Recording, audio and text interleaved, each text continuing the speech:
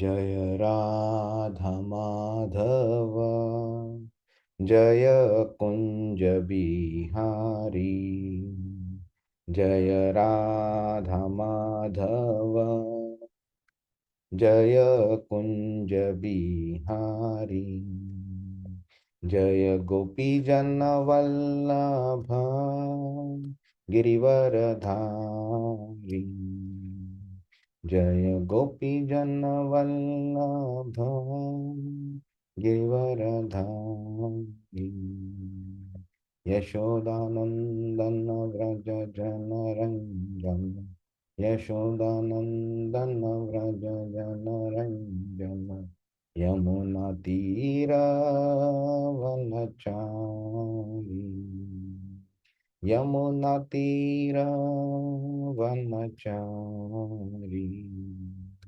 जय राधा माधव जय कुंज बिहारी।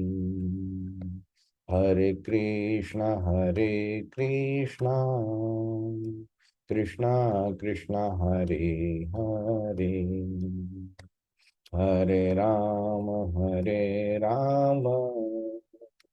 राम राम हरे हरे। हरे कृष्ण कृष्ण कृष्ण हरे हरे, हरे राम राम राम हरे हरे। जय राधा श्याम सुंदर राधा श्याम सुंदर राधे। जय कृष्ण बलराम जय कृष्ण बलराम। जय गौरनिताय जय गौरनिताय। जय जय प्रभुपाद जय श्रील प्रभुपाद। हरिनाम संकीर्तन की जय। श्रीमद् भगवद गीता की जय। श्रील प्रभुपाद की जय। ॐ अज्ञानतिमिरान्धस्य ज्ञानाञ्जनशलाकया चक्षुरुन्मिलितं येन तस्मै श्रीगुरवे नमः। श्रीचैतन्यमनोभीष्टं स्थापितं येन भूतले स्वयं रूप कदा मह्यं ददाति स्वपदान्तिकं। वन्देऽहं श्रीगुरो श्रीयुतपदकमलं श्रीगुरुन् वैष्णवांश्च श्रीरूपं सागरजातं सहगण रघुनाथान्वितां तं सजीवम् साद्वैतं सावधूतं परिजन सहितं कृष्ण चैतन्य देवं श्री राधा कृष्ण पादान सहगण ललिता श्री विशाखान्वितांश्च। हे कृष्ण करुणा सिंधो दीनबंधो जगत्पते गोपेश गोपिका कांत राधा कांत नमोस्तुते। तप्त कांचन गौरांगी राधे वृंदावनेश्वरी वृषभानुसुते देवी प्रणमामि हरिप्रिये। वाञ्छाकल्पतरुभ्यश्च कृपा सिन्धुभ्य एव च पतितानां पावनेभ्यो वैष्णवेभ्यो नमो नमः। नमो विष्णुपादाय कृष्णपृष्ठाय भूतले श्रीमते भक्तिवेदांत स्वामिनिति नामिने। नमस्ते सारस्वते देवे गौरवाणी प्रचारिणे निर्विशेष शून्यवादी पाश्चात्य देशतारिणे। जय श्री कृष्ण चैतन्य प्रभु नित्यानंद श्री अद्वैत गदाधर श्रीवासादि गौर भक्त वृंद। हरे कृष्णा कृष्ण कृष्ण हरे हरे, हरे राम राम राम हरे हरे। हरे कृष्णा। आज आपण चौथ्या अध्यायाची समरी बघू। हरे कृष्णा। तर कोण कोण सांगू शकेल चौथ्या अध्यायामध्ये आपण काय शिकलो? प्रभू, आपण वेगवेगळ्या प्रकारचे कर्म शिकलो. म्हणजे कर्म काय, हे, अ, 3 प्रकारचे कर्म असतात ते आपण शिकलो. त्याच्यानंतर अ, आपण हे पण शिकलो की अ, ज्ञानाने ज्ञानाने कशी भक्ती वाढते, ते ज्ञानाने कशी भक्ती वाढते आणि आपण कर्म जे करतो ते कसं कृष्ण प्रीत्यर्थ समर्थ करतो. आणि मोस्टली आपण कर्माबद्दलच ऐकलं आणि जे पण कर्म आहेत ते शेवटी त्याचा गोल श्रीकृष्णच असतो. हे एकंदरीत मला चौथ्या अध्यायातनं कळलं. आणि नंतर आपण हेही बघितलं, की नंतर आपल्याला भगवंताच्या कृपेने गुरु मिळतो आणि नंतर आपली ती भक्ती कशी स्ट्रीमलाईन होते आणि आपण हे बघितलं, की काय लक्षणं असतात एका भक्ताचे. 3 स्टेप्स बघितले अगोदर. अ, अ, अगोदर तो शरण जातो, नंतर नम्रतेने प्रश्न विचारतो आणि त्याला एक अँक्झायटी असते विचारायची. ते आपण बघितलं भक्ताचे गुण काय असतात शिकण्यासाठी. आणि त्यानंतर आपण त्यानंतर आपण हेही बघितलं, की हे केल्याने काय म्हणजे हे केल्याने काय होतं? कृष्ण जे आहेत, तो 2 वेज असतात. एकतर आपण कृष्णाच्या मार्गावर चालतो किंवा आपला डाउनफॉल होतो. तेही आपण बघितलंय. एवढं मोस्टली म्हणजे कर्माबद्दलच होतं. असं मला कळलं. म्हणजे भरपूर शिकलोय, पण इट इस अराउंड कर्म ओन्ली. ओके.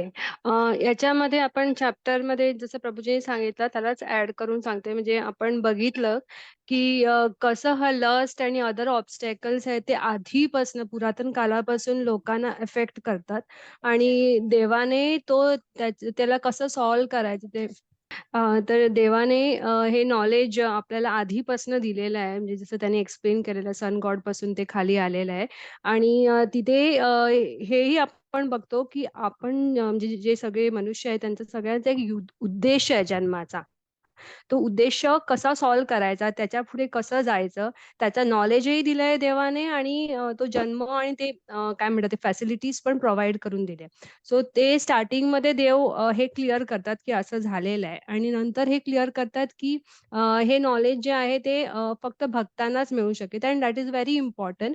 हे नॉलेज पण आपण गुरु आणि शिष्य परंपरेकडूनच ऑब्टेन करून घ्यायचंय. सो तिथे सेकंड पार्टमध्ये त्यांनी तो क्लिअर केलाय आणि हेही सांगितलं, की आपले सेन्सेस लिमिटेड असल्यामुळे आपण ते गुरुकडूनच शिकणं जास्त गरजेचं आहे. नंतर त्यांनी बेसिक नॉलेजमध्ये हे सांगितलं, की आपण कोण आहोत? देव कोण आहे?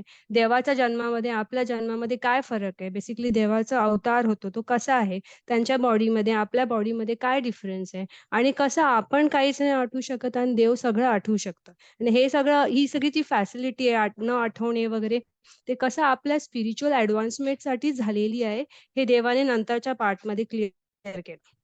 त्याच्यानंतर देव 11 ते 15 मध्ये देव सांगतात, की हे नॉलेज ऑब्टेन करणं का गरजेचं आहे? Why we should know this knowledge आणि याच्याही आधी देवाने म्हणजे 16 पर्यंत अर्जुनला इन्फॉर्मेशन दिलेली आहे नॉलेजबद्दलची. So that he understands the importance of it and so that he is convinced, की I need to know about this knowledge.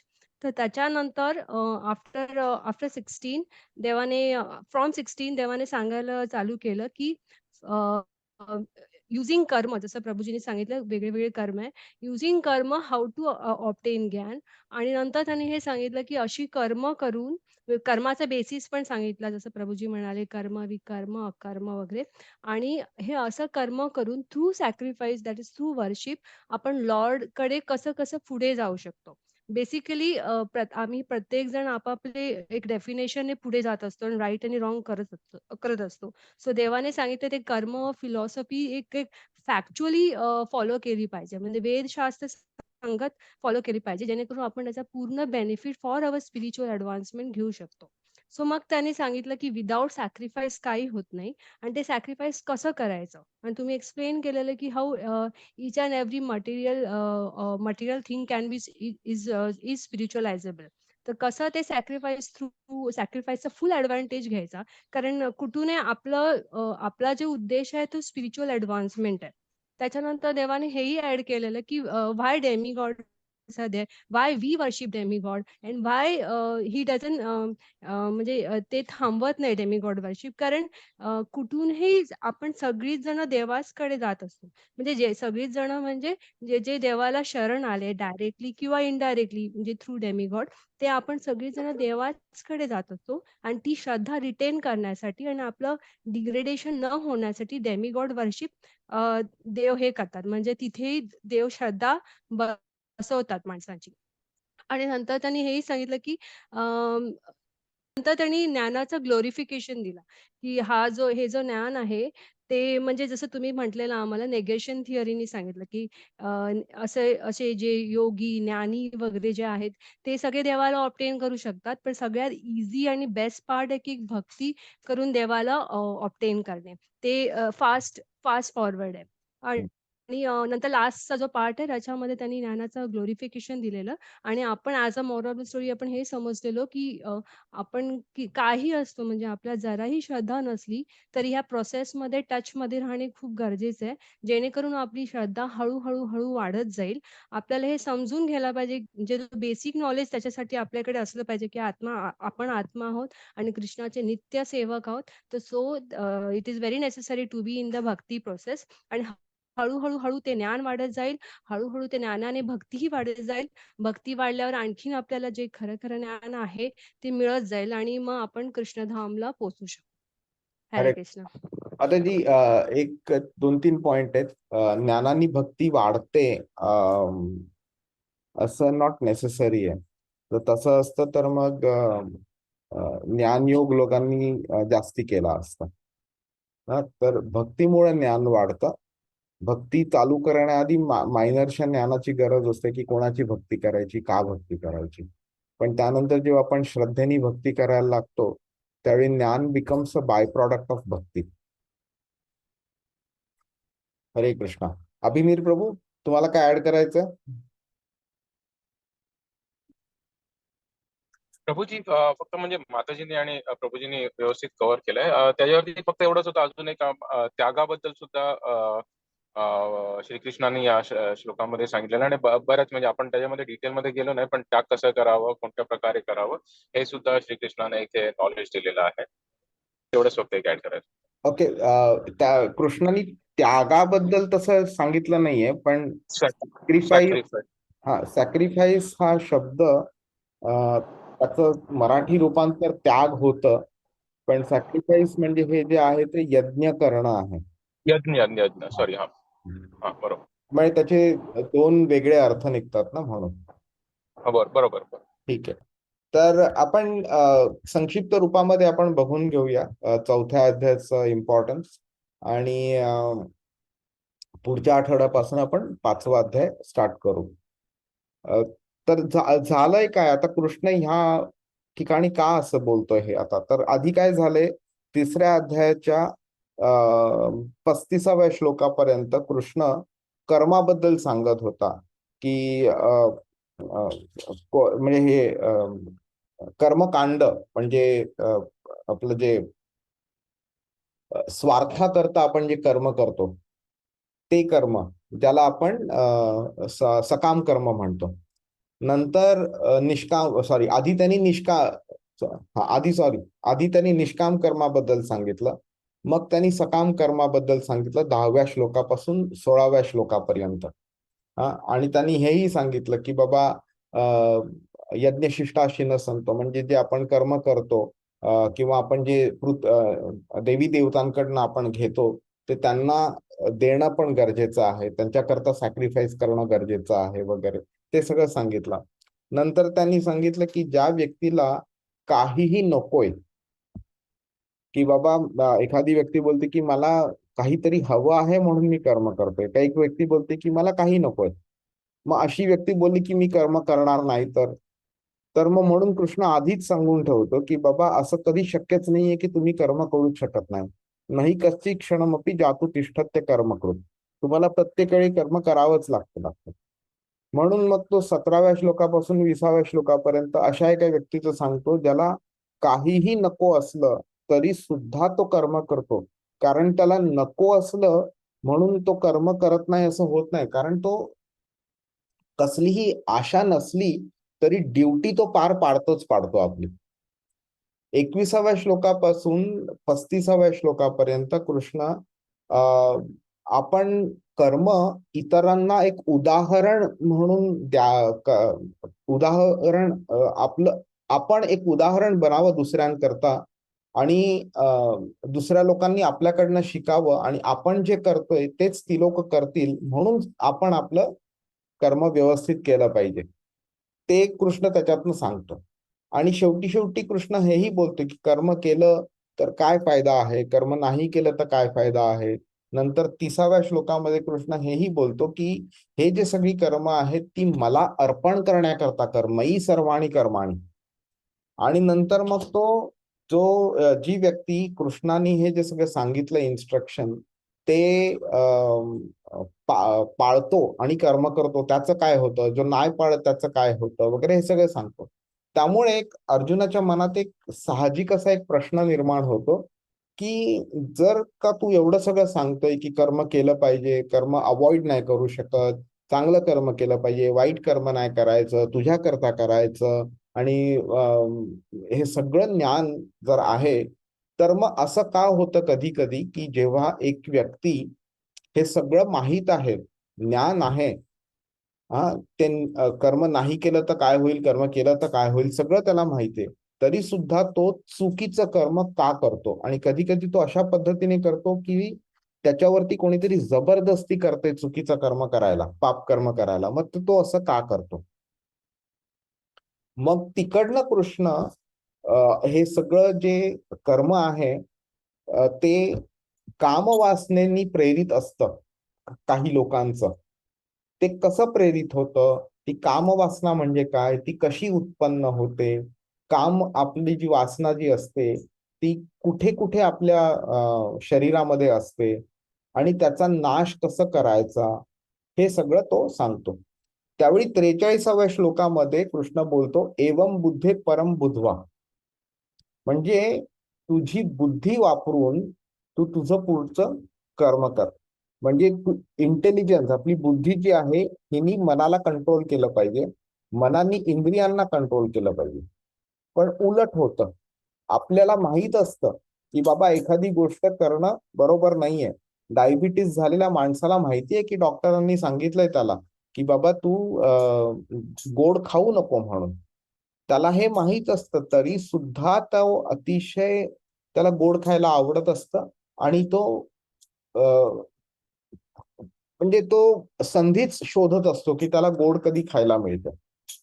म्हणजे काय झालंय की इंद्रियांनी बुद्धीवरती कब्जा केलेला आहे. तर कृष्ण बोलतो की तू तुझी बुद्धी वापर आणि ज्ञान मिळव आणि तू पुढचं कर्म करतो. मग ते कृष्ण काय करतो की आता बुद्धी, ज्ञान, कर्म ह्यांना सगळं रिलेट करायचं आहे. आणि ज्ञान कसं मिळवायचं, ज्ञान म्हणजे काय, कोणती गोष्ट ज्ञान आहे, कोणती गोष्ट ज्ञान नाही आहे, हे सगळं सांगण्याची आता आता वेळ आलेली आहे. तर हा दोघांना कनेक्ट पण करायचं आहे. म्हणून काय करतो कृष्ण की पहिल्या श्लोकापासून जवळजवळ 13व्या 14व्या श्लोकापर्यंत कृष्ण ह्या सगळ्या ज्ञानाची हिस्ट्री देतो.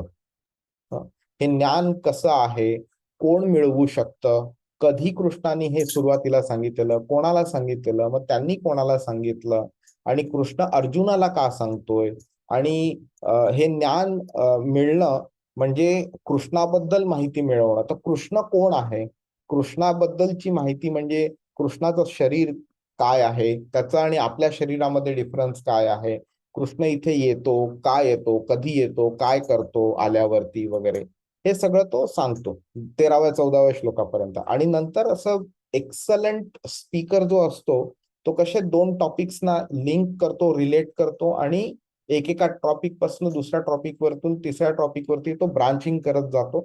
त्याप्रमाणे कृष्ण आधी जे 3ऱ्या अध्यायाच्या 35व्या श्लोकापर्यंत सांगितलेलं त्याला तो रिलेट करतो 15व्या 16व्या श्लोकापासून, आणि तो पुढे सांगायला चालू करतो तिकडे. ठीक आहे.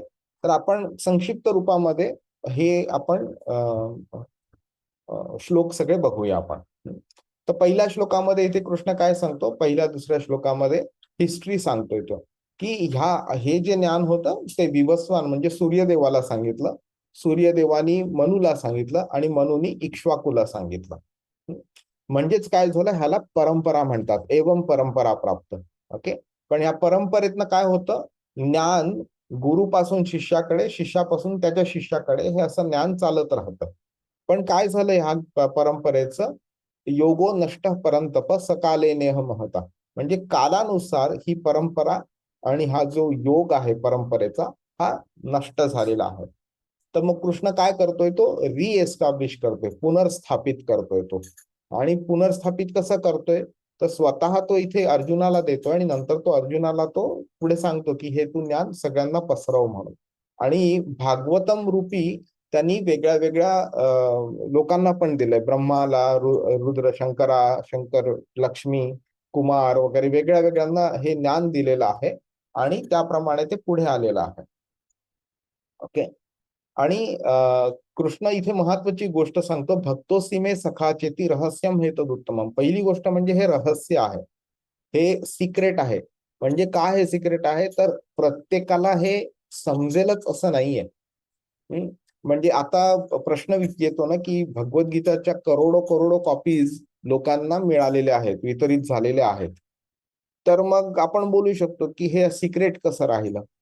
तर त्याचं उदाहरण आपण मागे एकदा घेतलेलं की समजा एका कागदावरती समजा चायनीज अक्षरांमध्ये काही लिहिलेलं आहे आणि let's assume for the sake of discussion, okay, तर चायनीज गव्हर्नमेंटचे टॉप सिक्रेट्स आहेत आणि असा कागद तुमच्या हातात लागला. तर पण तुम्हाला चायनीज रीड तर नाही करता येत, मग तुम्हाला काय समजणार त्यातलं? काहीच नाही. म्हणजे काय, ती सिक्रेटच राहिली, राईट.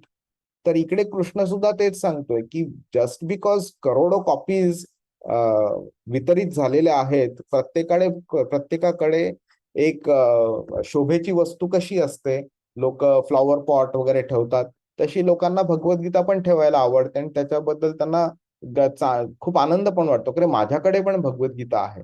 ठीक आहे, भगवद्गीता आहे पण वाचली आहे का कधी? मे बी काही लोकांनी वाचली असेल, ठीक आहे वाचली आहे, पण तुम्हाला समजली आहे का? तर तिकडे फक्त प्रॉब्लेम होतो की ते समजलेलं नसतं. आणि कृष्ण इथे काय सांगतो, भक्तो सीमे सखाचेती. हे जे उत्तमातलं उत्तम रहस्य आहे, हे समजू कोणाला शकतं? का अर्जुनासारखा भक्त आणि कृष्णाचा सखा असणं आवश्यक आहे. एका ठिकाणी आपण बोलणार की बाबा मला भगवद्गीता शिकायची आणि दुसऱ्या ठिकाणी आपण कृष्णाला बोलणार तू तर ऑर्डिनरी माणूस होता किंवा जास्तीत जास्त तुला काही 2-3 सुपर पॉवर्स होत्या वगैरे, बाकी की तू सगळं मायावीच होता, किंवा काही लोक बोलतील कृष्ण नावाची गोष्ट अस्तित्वातच नव्हती वगैरे. तर अशा लोकांना भगवद्गीता समजणं इम्पॉसिबल आहे. म्हणून इथे कृष्ण एक एलिजिबिलिटी क्रायटेरिया सांगून टाकतोय की जर तुम्हाला भगवद्गीता शिकायची आहे, म्हणजे तुम्हाला मला समजून घ्यायचंय मी कोण आहे ते, तर तुम्हाला कृष्णाचा भक्त असणं आवश्यक आहे, अदरवाईज तुम्हाला ते समजणार नाही. आता अर्जुन काय करतोय, अर्जुन आपल्यासारख्या व्यक्तींचे एक तो रिप्रेझेंटेशन करतोय. म्हणजेच काय की आपल्या मनात जे प्रश्न येतील तर अर्जुन आत्ताच विचारतोय कृष्णाला, आपल्या म्हणजे रिप्रेझेंट करून. तो अर्जुन विचारतो की बाबा कसं हे शक्य आहे, तू तर आत्ता जन्माला आला, सूर्यदेव तर इतक्या वर्षांपासून आहेत वगैरे, मी कसं समजू, विश्वास ठेवू मी तुझ्यावरती की बाबा तू हे सूर्यदेवाला सांगितलं म्हणून. तर मग कृष्ण उत्तर देतो की बाबा बरीच जन्म माझी आणि बरीच जन्म तुझी झालेली आहेत, मी तान्यहम वेद सर्वाणी, मला माझी सगळीच्या सगळी जन्म लक्षात आहेत, पण नत्वम वेत्थ पर्यंत तुला तुझा पूर्वीचा कोणताही जन्म लक्षात नाहीये. मग आता जन्म हा शब्द कृष्णाने वापरलेला आहे, त्यामुळे आपला गैरसमज होऊ शकतो. आपल्याला वाटू शकतं की बाबा आपण पण जन्मतो आणि मृत्यू पावतो, तसंच कृष्णा पण जन्मला आणि मृत्यू पावला, पण ते तसं नाहीये.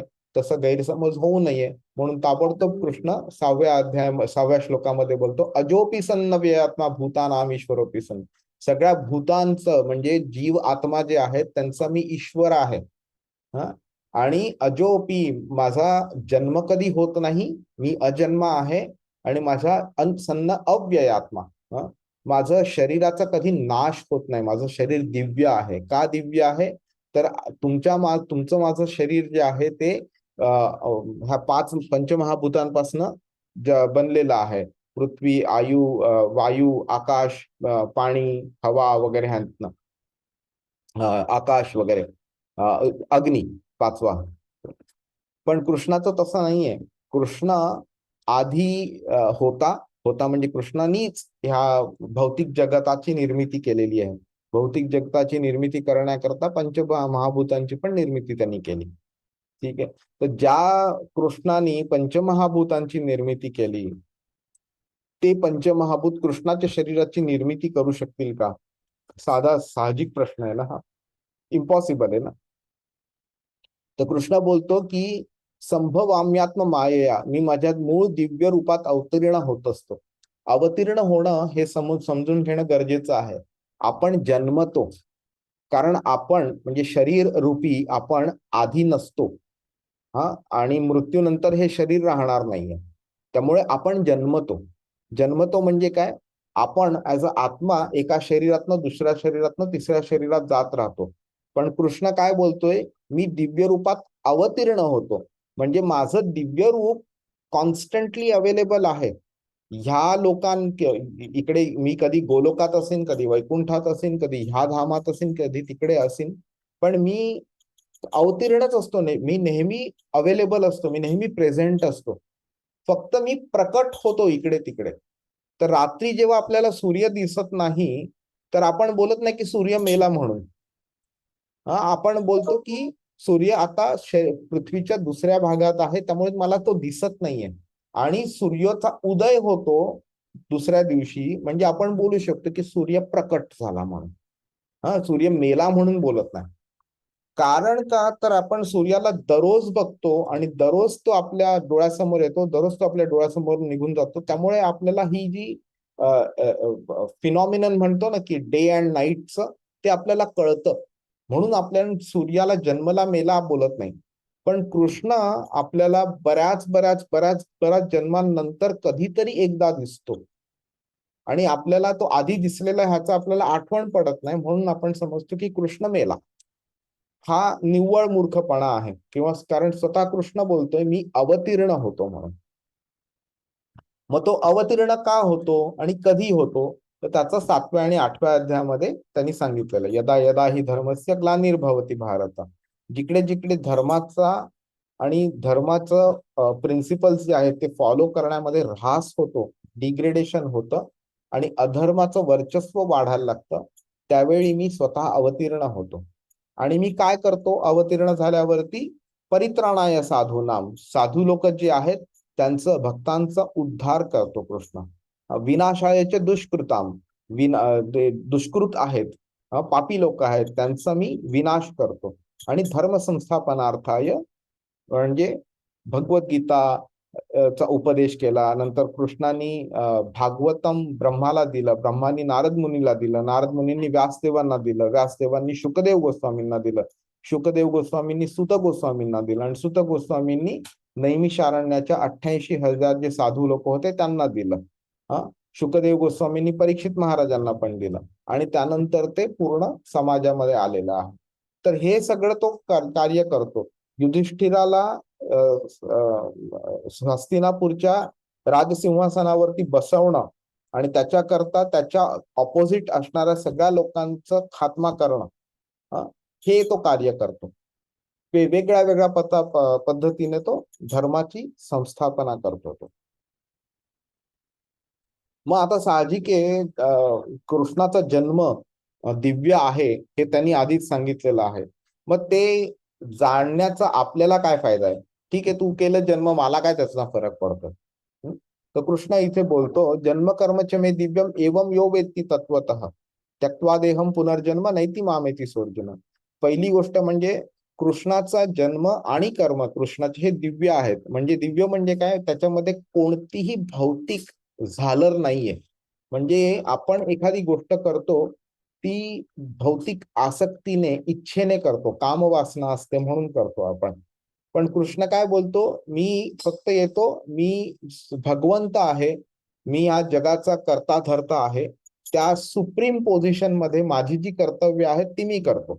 आणि कृष्णाने 3ऱ्या अध्यायात त्यांनी सांगितलेलं आहे, पण 23व्या श्लोकामध्ये, यदि ह्यहम न कवर्तेयम जातु कर्मण्य तंद्रितः, मी जर नाही केलं तर उत्सिदे युरिमे लोका, ह्या सगळ्या जगाचा नाश होईल जर मी सगळं नाही केलं तर. त्यामुळे कृष्ण त्याची कर्तव्य करतोय. पण त्याची कर्म जी आहेत ती आपण आपल्या दृष्टीने बघतोय, आणि आपली दृष्टी जरा धुरकट असते. समोरची गोष्ट धुरकट असली तर आपल्याला ती दिसत नाही व्यवस्थित पलीकडची गोष्ट. तसंच आपण कृष्णाच्या कर्मांना पण आपण ह्या नजरेने बघितलं तर आपल्याला वाटतं, अरे मी सुद्धा असं गोष्ट केली तर काय प्रॉब्लेम आहे, कृष्णाने केलेली. म्हणून मूर्ख लोक काय म्हणतात की कृष्णाने रासलीला केली तर आम्ही सुद्धा केली तर काय प्रॉब्लेम आहे. हे अशा ह्यानी म्हणजे गैर समजुतीने किंवा अज्ञानाने जेव्हा आपण कृष्णाच्या कर्मांकडे जेव्हा बघतो, हं, तर आपण त्याचा चुकीचा अर्थ काढू शकतो. पण इकडे आपल्याला कृष्ण सावध करतोय आपल्याला. कृष्ण बोलतोय की माझी कर्म आणि माझा जन्म दिव्य आहे. मी जेव्हा जन्म घेतो म्हणजे अवतरित होतो, त्यावेळी मी स्वतः डिसाईड करतो मी यायचं का नाही यायचं, कधी यायचं, कुठे यायचं, किती वेळ राहायचं, काय करायचं, काय नाही करायचं, हे मी डिसाईड करतो. आपण जेव्हा जन्म घेतो त्यावेळी आपल्याला विचारलेलं नसतं, यमराजांनी किंवा दुर्गा मातेने विचारलेलं नसतं की बाबा तुला कोणत्या शरीरात जायला आवडेल, तुला बिल गेट्सचा मुलगा व्हायला आवडेल, अंबानीचा मुलगा व्हायला आवडेल, का तुला एका रस्त्यावरच्या भिकाऱ्याचा मुलगा व्हायला आवडेल, का तुला पशु पक्षींमध्ये राहायला आवडेल, का प्राण्यांमध्ये राहायला आवडेल, का म्हणजे का इन्सेक्ट्स का झाडांमध्ये राहायला आवडेल, हे आपल्याला विचारत नाही. आपल्याला फोर्स केलं जातं की तुझ्या कर्मांच्या मुळे तुला हा जन्म मिळणार, इतकी वर्ष तू जगणार त्या शरीरामध्ये आणि त्यानंतर तू बाहेर पडणार तिकडनं. हे सगळं ठरलेलं असतं. हा, तिकडे कोणता फोर्स नसतो. कृष्ण बोलतो मी सगळं हे डिसाईड करतो माझ्याकडे, मला कोणी फोर्स नाही करत, करूही शकत नाही. जन्म कर्मच मे दिव्यम, आणि हे जो तत्वतः जो व्यक्ती जाणतो, त्यक्त्वा देहम पुनर्जन्म, त्याला कधी पुनर्जन्म घ्यायची गरज नाही आणि तो माझ्याकडे माझ्या शाश्वत धामात परत येतो. आणि कृष्ण इथे नंतर सांगतोय की हे असे भरपूर लोक माझ्या बद्दल त्यांना ज्ञान मिळालं आणि त्या ज्ञानामुळे ते माझ्या धामी परत आलेले आहेत. आणि नंतर मग कृष्ण बोलतो की एक साधा साहजिक प्रश्न निर्माण होऊ शकतो की बाबा मग जर तसं आहे तर मग सगळ्याच लोकांनी तुला शरण आलं पाहिजे. जर का लोक ऑलरेडी तुला शरण येऊन हे ज्ञान मिळाल्यानंतर जर का तुझ्या धामी परत आलेले आहेत, तर मग सगळी लोक का नाही शरण होत? मग कृष्ण त्याचं उत्तर इकडे देतोय की ये यथा माम प्रपद्यन्ते तां तथैव भजाम्यहम. जी लोक ज्या भावानी मला शरण येतात त्याप्रमाणे मी त्यांना रिवॉर्ड्स देतो. हा, तर म्हणजे जर तुम्ही भक्त बनून कृष्णाकडे आला तर कृष्ण तुम्हाला भक्ती देईल आणि तो तुम्हाला तुमच्या धामी त्याच्या धामी परत घेऊन जाईल. पण जर का तुम्ही स्वार्थी पद्धतीने कृष्णाकडे गेलात की बाबा मला एक बंगला हवी, गाडी हवी, चांगली बायको हवी, पैसा हवा, हे हवं ते हवं, तर कृष्ण त्याप्रमाणे रिझल्ट देईल, त्याप्रमाणे अवॉर्ड्स देईल आणि मग तुम्ही मग या भौतिक जगात राहत राहाल तुम्ही.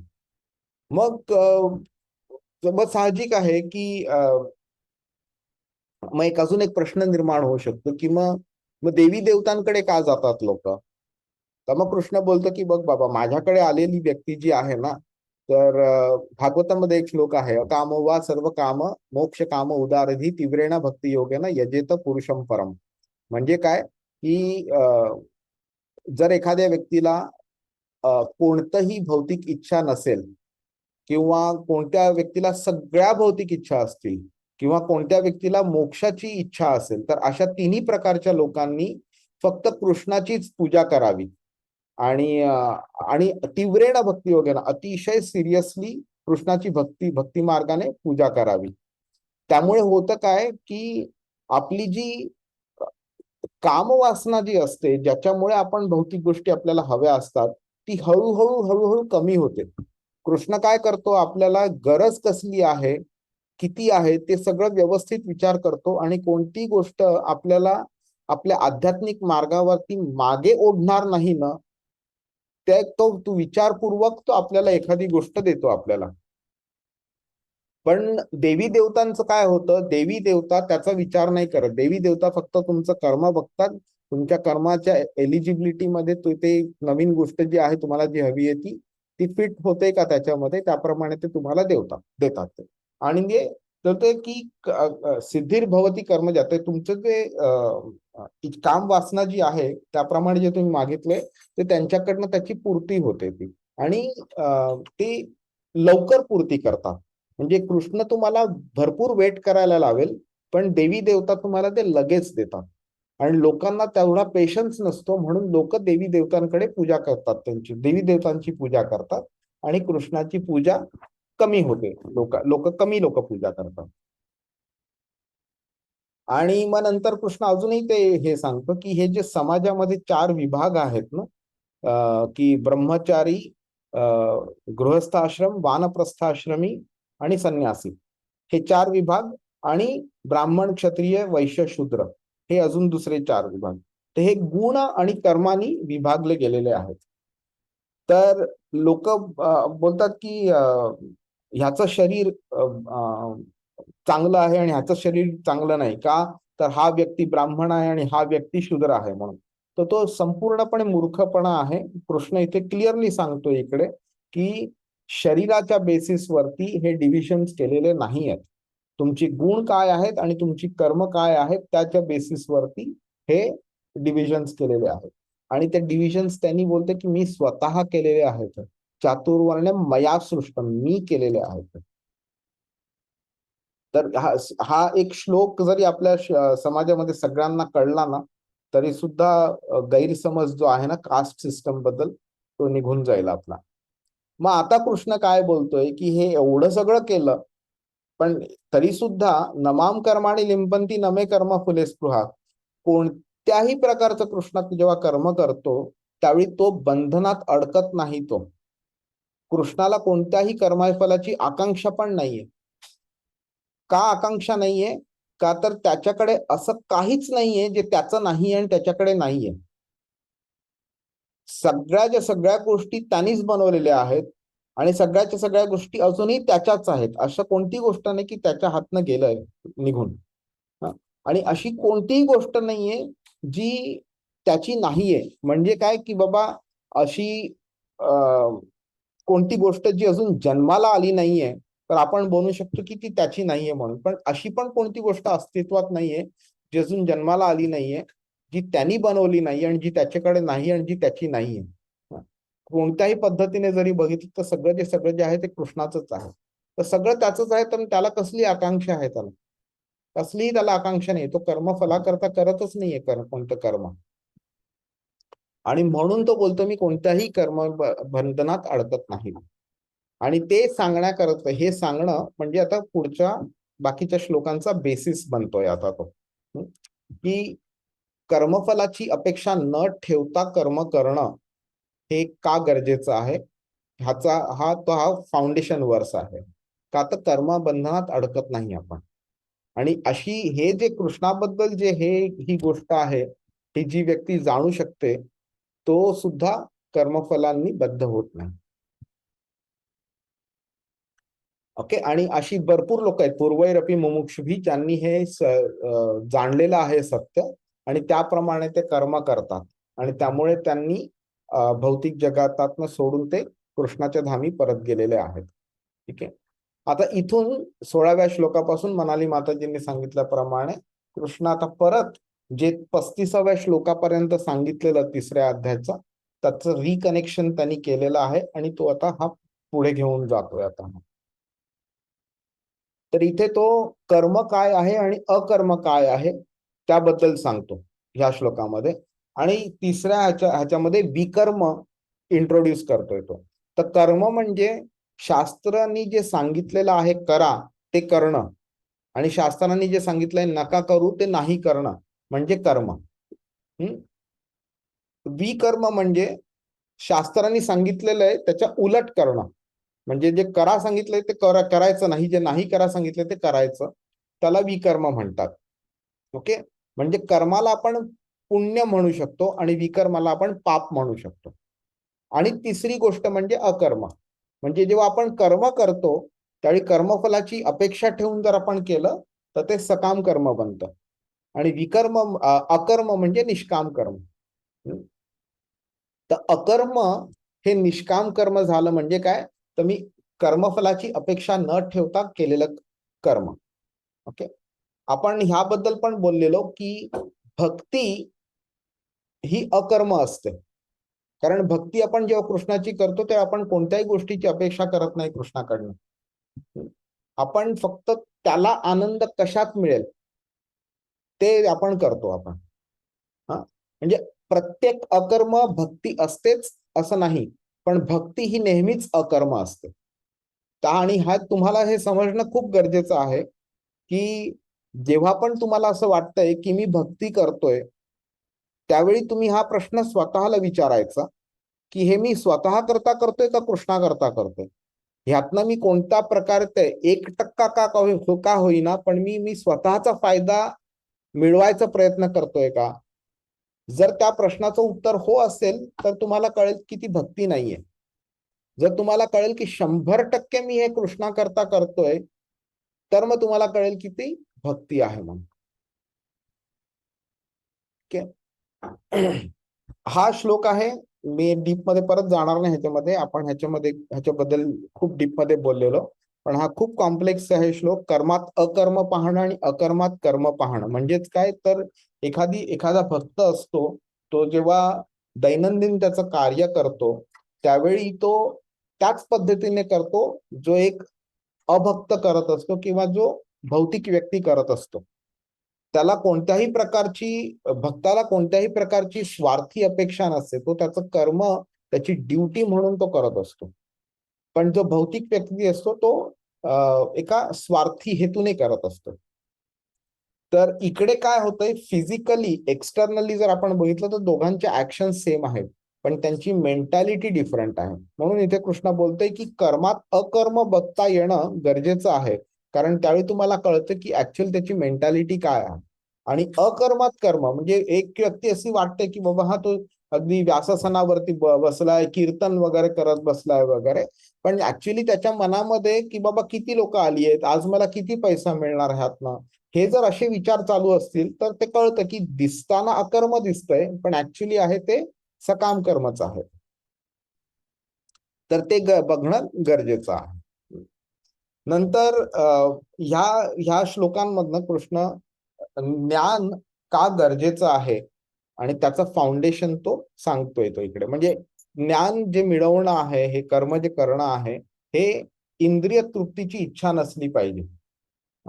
आणि हे सगळं जेव्हा आपण या पद्धतीने करतो, त्यामुळे जेव्हा जे जे ज्ञान आपल्याला मिळतं हे कर्म केल्यानंतर वगैरे, ते ज्ञान अशी जी कर्म जी केलेली आहेत त्या कर्मांचा तो भस्म करतो तो.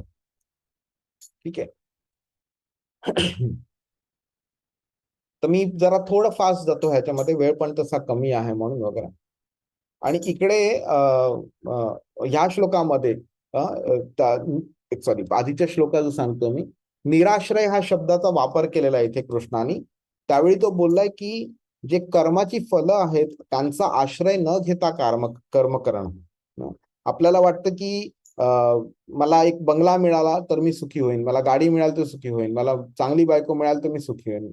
आपल्याला म्हणजे काय होतं की सुख जे आहे आपलं, आनंद, ही आश्रय कसला घेतायत, ती कर्माच्या फलांचा. तर कृष्ण बोलते की तुम्ही त्याचा आश्रय नका घेऊ. पण तो अजूनही ह्या श्लोकात हे नाही सांगितलंय की त्यांनी कसला आश्रय घेतला पाहिजे म्हणून. ते आपण बोललेलो की 7व्या अध्यायामध्ये पहिल्या श्लोकात बोलतो कृष्ण, मय्यासक्त मनः पार्थ योगम युंजन मद आश्रय. हा माझा आश्रय घे म्हणून कृष्ण बोलतो. तर आपण हेही बोललेलो की 6व्या अध्यायापर्यंत कृष्ण स्वतःबद्दल इनडायरेक्टली ज्ञान देतोय. 7व्या अध्यायापासून डायरेक्ट ज्ञान द्यायला चालू करतो तो. मी मी मी मी मी असं सगळीकडे कृष्ण 7व्या अध्यायापासून बोलतो. पण इकडे मी जे आहे ते थोडं कमी आहे, खूपच कमी आहे. नंतर इकडे परत ती व्यक्ती जी ज्ञान मिळवते आणि त्या मार्गावरती चालते, त्याच्या क्वालिटीज काय आहेत वगैरे, ते सगळं सांगतोय कृष्ण इथे 21व्या श्लोकामध्ये. यदृच्छा लाभ संतुष्टो म्हणजे काय की आपल्या आधीच्या पूर्वकर्मांमुळे जी आपल्याला फळं मिळणार आहेत त्यामध्ये संतुष्ट राहणं. की एखाद्या व्यक्तीकडे बंगला आहे आणि माझ्याकडे फक्त झोपडपट्टी आहे, तर ते वाईट वाटणं आणि त्या माणसाबद्दल वाईट विचार ठेवणं किंवा आपल्या सिच्युएशन बद्दल वाईट वाटून भगवंताला बोलणं की तू निष्ठुर आहेस आणि तू दया नाही तुझ्यामध्ये आणि हे ते वगैरे, हा मूर्खपणा आहे. कृष्ण बोलते की तुमची आधीची जी कर्म होती त्याप्रमाणे तुम्हाला जे मिळायचं आहे ते मिळणार आहे. ओके. आणि जे तुम्हाला त्यातनं जो लाभ मिळेल त्यात तुम्ही संतुष्ट राहा. द्वंद्व अतितो विमत्सरा म्हणजे हे जे सुख दुःख वगैरे ही जी द्वंद्व आहे त्यांच्या पासून वरती जा. मत्सर करू नका कोणाचा, कारण कोणाला काही मिळालंय ते त्याच्या आधीच्या कर्मामुळे मिळालंय. तुम्हाला काही मिळतं ते पण तुमच्या आधीच्या कर्मामुळे आहे. गतसंगस्य मुक्तस्य ज्ञानावस्थित चेतसः. कृष्ण बोलतो की अगेन त्या अशा ज्ञानी व्यक्तीच्या क्वालिटीज बद्दल तो सांगतोय ना. तो सांगतोय की अशी ही जी गुण आहेत ना, की जे भौतिक गुण आहेत त्यातनं हे अनासक्त असतो जी व्यक्ती, आणि दिव्य ज्ञान मध्ये व्यवस्थित स्थित असतो, अशा व्यक्तीला फायनल डेस्टिनेशन दिव्यत्व मिळतं. पण ते दिव्यत्व म्हणजे काय आहे हे कृष्ण सांगत नाही. स्वतःचा जो धाम आहे गोलोका वृंदावन, तिकडे त्याला जायला मिळेल की नाही, की तो कसा जाईल ते नाही सांगत येतो. दिव्यत्व प्राप्त करतो म्हणजे तो मोक्षाच्या लेवलला जाऊ शकतो, इथपर्यंत तो सांगतोय. आता हा श्लोक महत्वाचा आहे. जसं मनाली माताजींनी सांगितलं की एव्हरीथिंग इज स्पिरिच्युअलायझेबल. तुम्ही छान शब्द वापरला तिकडे. तर कृष्ण इथे बोलतोय की तुम्ही कोणतीही ऍक्शन करा, तुम्ही त्याला स्पिरिच्युअलाइज करू शकता. म्हणजे काय, तर आपण जेवतो, आपण कपडे घालतो, आपण ऑफिसमध्ये काम करायला जातो, किंवा आपण कोणाला शिकवतो, किंवा आपण काही शिकतो वगैरे, बऱ्याच गोष्टी आपण करतो. ती प्रत्येक गोष्ट आध्यात्मिक बनू शकते. ती कशी बनू शकते, तर त्याच्यामध्ये आपली जी मेंटॅलिटी आहे ती मेंटॅलिटी आपण आध्यात्मिक ठेवली, आपला हेतू आपण भौतिक नाही ठेवला, आध्यात्मिक ठेवला, तर ती गोष्ट सुद्धा, जे कार्य करतोय आपण, कर्म करतोय, ते सुद्धा आध्यात्मिक बनू शकतो. ब्रह्मार्पणम ब्रह्म हविहि ब्रह्माग्नौ ब्रह्मणाहुतम ब्रह्मैव तेन गंतव्यम ब्रह्म कर्म समाधीना. ब्रह्म हा शब्द 6 वेळा आलेला आहे. आणि आपण मागच्या वेळी आपण बोललेलो की ब्रह्म आणि ब्रह्मा हे 2 वेगळे गोष्टी आहेत. ब्रह्मा ही व्यक्ती आहे.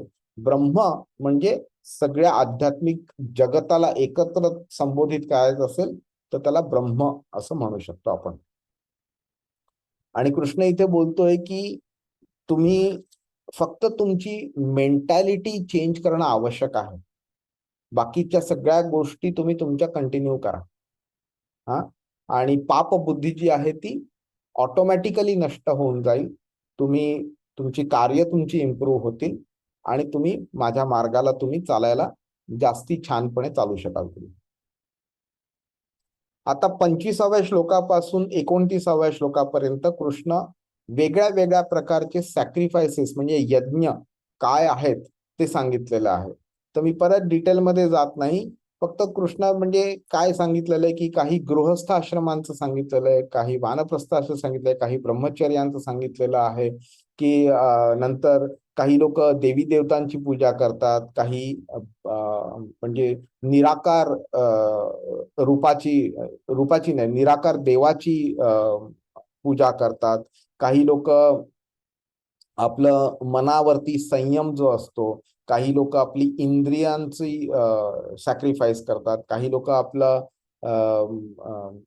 इंद्रिय विषयांमध्ये जी एक आसक्ती असते, काही लोक आपली शिकण्याची जी ऐकण्याची जी प्रक्रिया असते त्याचं सॅक्रिफाईस करतात वगैरे.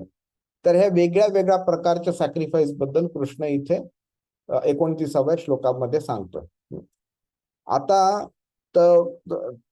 30व्या श्लोकापासून 33व्या श्लोकापर्यंत हे जे सॅक्रिफायसेस जे आपण करतो ते केल्याने काय होतं, तर पापकर्मातनं मुक्त होतो. नंतर जर तुम्ही नाही केलं तर तुम्हाला सुखाची प्राप्ती होत नाही. आणि ही जी त्यांनी सगळी कर्म सांगितलेली आहेत, काय करायचं काय नाही ते वगैरे, ही जर केली तुम्ही तर तुम्ही पापकर्मातनं मुक्त व्हाल, किंवा म्हणजे तुमची मेंटॅलिटी इम्प्रूव्ह होईल, तुम्हाला ज्ञान मिळेल तुम्हाला त्यातनं, आणि त्या ज्ञानातनं तुम्ही माझ्याकडे येऊ शकाल वगैरे, अशा प्रकारे सांगतोय. पण 33वा जो श्लोक आहे हे त्याचं फायनल कन्क्लुजन आहे. तो बोलतोय की बऱ्याच लोकांना वाटतं की सॅक्रिफाईस करणं म्हणजे जास्तीत जास्त लोकांना 2 प्रकारचे सॅक्रिफायसेस माहिती असतात, की एक असतं यज्ञ म्हणजे होम हवन करणं, आणि काही दुसऱ्या लोकांना काही वाटत असतं की काहीतरी आपण दान करणं त्याला ते सॅक्रिफाईस झाला. तर कृष्ण इथे काय सांगतोय की कोणत्याही प्रकारचं दान असो, म्हणजे काही पैशाचं दान करतील, काही कपडाचं करतील, काही अन्नाचं दान करतील किंवा कोणतंही, पण फायनली जे आहे ते एक मटेरियल गोष्टीचा दान दिलं जातं. तर कृष्ण इथे बोलतोय की कोणत्याही प्रकारचं द्रव्य यज्ञ जे असतं त्यापेक्षा ज्ञानाचं यज्ञ श्रेष्ठ आहे. आणि कृष्ण इथे सांगतोय की कर्मानी जे हे केलेलं यज्ञ आहे त्याचं रूपांतर दिव्य ज्ञानामध्ये होतं. तर आपल्याला हे समजणं तसं थोडं सिंपल नाहीये की बाबा मी कोणाला चॅरिटी दिली, दान केलं, तर त्यातनं मला दिव्य ज्ञान कसं मिळेल वगैरे. तर ती इट्स अ लॉंग प्रोसेस. आपली ग्रॅज्युअली आपली एक अटॅचमेंट जी असते आपल्या गोष्टींकडे, आपण जेव्हा कोणाला दान देतो त्यावेळी आपली जी गोष्ट असते ती आपण दुसऱ्याला देतो आपण. त्यांनी काय होतं की आपली एक अटॅचमेंट जी असते भौतिक गोष्टींवरती ती हळूहळू कमी होते. तर आधी आपल्याला कोणी सांगितलं की बाबा 1,00,000 रुपयाचं दान दे, तर ते आपल्याला मुश्किल पडेल. पण कोणी सांगितलं की बाबा 10 रुपयाचं दे म्हणून, तर 10 रुपयाचं दान द्यायला काय आपल्याला त्रास नाही. मग ते 10चं 20, 20चं 50, 100, 200, 500, 1000, 10,000 असं करत करत आपण काय होईल की ग्रॅज्युअली पैशावरती जी आपली अटॅचमेंट आहे ती रेड्यूस होत जाईल आपली. मग नंतर आपल्याला कळेल की पैशामुळे ज्या गोष्टी मिळतात आपल्याला त्यातनं सुद्धा अटॅचमेंट आपली कमी कमी होत जाईल, कारण पैशावरचीच अटॅचमेंट कमी झाली. अशा करत करत भौतिक गोष्टींवरती अटॅचमेंट कमी झाली की मग नुसतं डिटॅचमेंटचा उपयोग नाही, त्या गोष्टीला कुठेतरी पॉझिटिव्हली अटॅच करणं आवश्यक आहे. आणि मग नंतर आपण आध्यात्मिक मार्गावरती हळूहळू चालायला चालू करतो. त्या आध्यात्मिक मार्गावरती आपण करताना मग ज्ञान आपलं मिळत जातं आपल्याला आणि आपली अशी प्रगती होते. तर एक शॉर्ट रूट असा जो मी आता तुम्हाला सांगितलं की ह्या ज्या भौतिक गोष्टी करतो पण आपण प्रॉपर मेंटॅलिटीनी जर केल्या तर त्याचं दिव्य ज्ञानामध्ये रूपांतर कसं होऊ शकतं.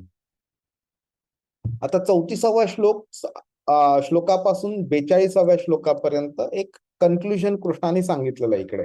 तर पहिलं म्हणजे काय आहे, तर ज्ञान आवश्यक आहे हे समजून घेणं गरजेचं आहे.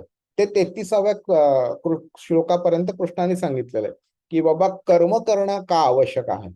कर्मापासून तुम्ही स्वतःला लांब ठेवू शकणार नाही. मग कर्म जर तुम्ही करायचंय तर तुमच्याकडे 3 ऑप्शन्स आहेत. तुम्ही चांगलं कर्म करा किंवा वाईट कर्म करा किंवा निष्काम कर्म करा. मग त्यांनी निष्काम कर्माचे आपल्याला फायदे सांगितले की कर्माच्या बंधनात अडकत नाही. कर्माच्या बंधनात अडकल्याने काय होतं, आपल्याला जन्ममृत्यू परत घ्यावा लागतो. मग जन्ममृत्यू परत घेत बसलो आपण तर आपण कोणत्याही योनीमध्ये जाऊ आपण, आणि नंतर मग आपण कधी यातनं बाहेर पडू आपल्याला माहिती नाही. आणि जर का तुम्ही कर्मबंधनातनं अडकू नये म्हणून तुम्ही कर्म का केलं तर तुम्हाला दिव्य धामाची प्राप्ती होऊ शकते. आणि मग आपल्याला निष्काम कर्माचा फायदा कळला तर मग त्याच्यामध्ये ज्ञानाची आवश्यकता आहे. ते ज्ञान आपल्याला हळूहळू मिळत जातं. त्याच्याकरता आपण सॅक्रिफायसेस काय काय करू शकतो ते कृष्णाने सांगितलं. त्यातनं आपल्याला ज्ञान मिळतं. त्या ज्ञानाचे फायदे काय आहेत ते कृष्णाने 33व्या श्लोकापर्यंत सांगितलं. आता ते ज्ञान ऑब्टेन कसं करायचं हे तो ह्या श्लोकामध्ये सांगतोय.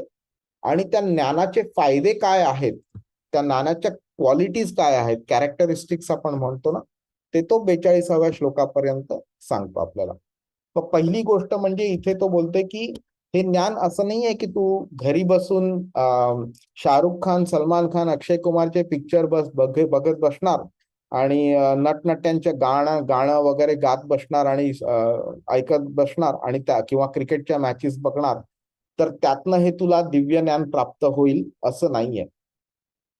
आपल्याला दिव्य ज्ञान प्राप्त व्हायचं असेल तर आपल्याला एका गुरुकडे जाणं आवश्यक आहे. आणि तो गुरु सुद्धा ऑर्डिनरी नसला पाहिजे. तो गुरु म्हणजे असा असला पाहिजे की त्यांनी हे ज्ञान तत्वदर्शीनः, त्यांनी हे ज्ञान स्वतः एक्सपिरियन्स केलेलं आहे. त्यांनी सत्य काय आहे हे स्वतः बघितलेलं आहे, असा तो गुरु असला पाहिजे. आणि त्या गुरुकडे जायचं म्हणजे कसं, तुमच्याकडे 2-3 ऑप्शन्स आहेत. तुम्ही छान मस्त मर्सिडीज गाडीमधनं त्याच्याकडे जाऊ शकता व्यवस्थित आणि त्याला बोलू शकता, ए गुरु चल ज्ञान दे मला, ते पण तुम्ही बोलू शकता. पण त्या पद्धतीने कधी ज्ञान मिळत नाही. आध्यात्मिक ज्ञान मिळवायचं असेल तर प्रणिपातेनं, परिप्रश्नेनं आणि सेवया हे 3 मार्ग आहेत. 3 मार्ग म्हणजे 3 स्टेप प्रोसेस आहे. प्रणिपातेन, पहिली गोष्ट म्हणजे तुम्हाला कळलं पाहिजे हे ज्ञान मिळणं आणि मिळवणं ही तुमची गरज आहे, गुरुची गरज नाहीये. तुम्हाला जर ह्या 84 लाख योनींमध्ये अडकून राहायची इच्छा असेल तर गुरुकडे अप्रोच करूच नका. जर तुम्हाला ह्यातनं बाहेर पडायची इच्छा असेल तर तुम्हाला गुरुची आवश्यकता आहेच आहे. कारण कृष्ण इथे गॅरंटीने सांगतोय, तुम्ही गुरुशिवाय तुम्ही माझ्याकडे येऊच शकणार नाही तुम्ही. तर मग गुरुची आवश्यकता आपल्याला आहे, कृष्णाला नाही, आपल्याला नाही, आपल्याला आहे, गुरुलाही नाहीये. गुरुला आपली गरज नाहीये. तर मग आपल्याला ती गरज जेव्हा समजते त्यावेळी पहिली गोष्ट म्हणजे आपण त्याला सरेंडर झालं पाहिजे, शरणागत झालं पाहिजे आपण त्याला, की बाबा मी हरलेलो आहे पूर्णपणे, मला काहीही कळत नाहीये, मला आध्यात्मिक मार्गावरती प्रगती करायची आहे, तर मी तुला माझा गुरु मानतो, तुझ्या शरण येतो, मी तुला पाय धरून त्यांची सेवा करायची त्यांची, आणि त्यांना प्रश्न विचारायचे. अशा पद्धतीने जेव्हा आपण त्यांना अप्रोच करू त्यावेळी गुरु पहिली गोष्ट म्हणजे आपली एलिजिबिलिटी बघतो, की बाबा हा व्यक्तीला खरोखर इच्छा आहे का आध्यात्मिक ज्ञान मिळवण्याची, का फॅशन म्हणून गुरु ठेवण्याची त्याला इच्छा झालेली आहे. बऱ्याच लोकांच्या घरी तुम्ही जाता, तुम्ही बघत असाल, हे आमचे गुरु, हा बरोबर, ठीक आहे, त्यांनी काय शिकवलं तुम्हाला, सुवाणसू शिकवलं, तुम्ही अप्लाय करता जीवनात, नाही अप्लाय नाही करत. तर मग फॅशन म्हणून ते गुरु असतो आपल्याकडे. तर तसा तुम्हाला ठेवायचा आहे का तुम्हाला खरोखर आवश्यकता आहे, खरोखर तुम्हाला महत्व कळलंय गुरु का असावा म्हणून, आणि ते कळल्यावरती तुम्ही त्याची सेवा करायची आणि त्याला प्रश्न विचारायचे, त्यातनं त्याच्याकडनं ज्ञान मिळवायचं. ओके. आणि तो ज्ञानी तुम्हाला छान ज्ञान देईल जे तुम्ही तुमच्या लाईफमध्ये अप्लाय करू शकाल. हे केल्याने काय होतं, यज्ञात्वान पुनर्मोहम, तुम्ही ह्या जन्म मृत्यूच्या चक्रामध्ये परत अडकणार नाही का, तर तुम्ही ह्या पुनर्मोहामध्येच तुम्ही अडकणार नाही. आणि द्रक्षस्यात मन्यथोमयी, तुम्हाला हे तेव्हा समजेल की हे सगळी प्राणी मात्र हे कृष्णाचेच अंश आहेत, कृष्णाचेच आहेत. नंतर कृष्ण कंपॅरेटिव्हली एक्सप्लेन करतो इकडे, की पापी लोकांमध्ये अत्याधिक पापी जो व्यक्ती असेल ती व्यक्ती सुद्धा जर ह्या दिव्य रूपी ज्ञानाला जर नौका बनवले, त्यांनी नौका समजली, तर हा एवढा मोठा भव महासागर जो आहे त्याला ह्या ज्ञानरूपी नौकेचा वापर करून ती व्यक्ती त्याला पार करू शकतो. आणि मग तो इथे का असं सांगतोय, तर ही पॉझिटिव्ह होप आपल्याला पण आहे. आपल्याला माहित आहे की आपण काय पापींमध्ये अत्याधिक पापी आपण नाही आहोत आपण. मग जर पापींमधल्या अत्याधिक पापी व्यक्तीला जर का कृष्ण बोलतो की तो सुद्धा हे ज्ञान वापरून माझ्याकडे जर येऊ शकतो, तर आपल्याला तर जास्त चांगल्या होप्स आहेत ना. आपण झिरोला सुरुवात नाही करत आहोत, आपण 20, 30, 40, 50 ला कुठेतरी असू मध्ये. नंतर इकडे भस्म हा शब्दाचा कृष्ण जास्ती वापर करतो, 2 वेळा वापर करतो. कृष्ण इथे सांगतो की ही जे ज्ञान आहे हे अग्निरूपी आहे. अग्नी कसं कोणत्याही गोष्टीला त्याचं जाळून टाकतो आणि भस्म करून टाकतो, त्याचप्रमाणे कृष्ण बोलतो की ही ज्ञानरूपी जे अग्नी आहे तो तुझ्यात अशी जी कर्म की तू आधी केलेली, ज्याच्या बंधनात तू अडकणार आहेस, त्या अशा कर्मांचं तो दहन करून टाकतो, भस्म करून टाकतो.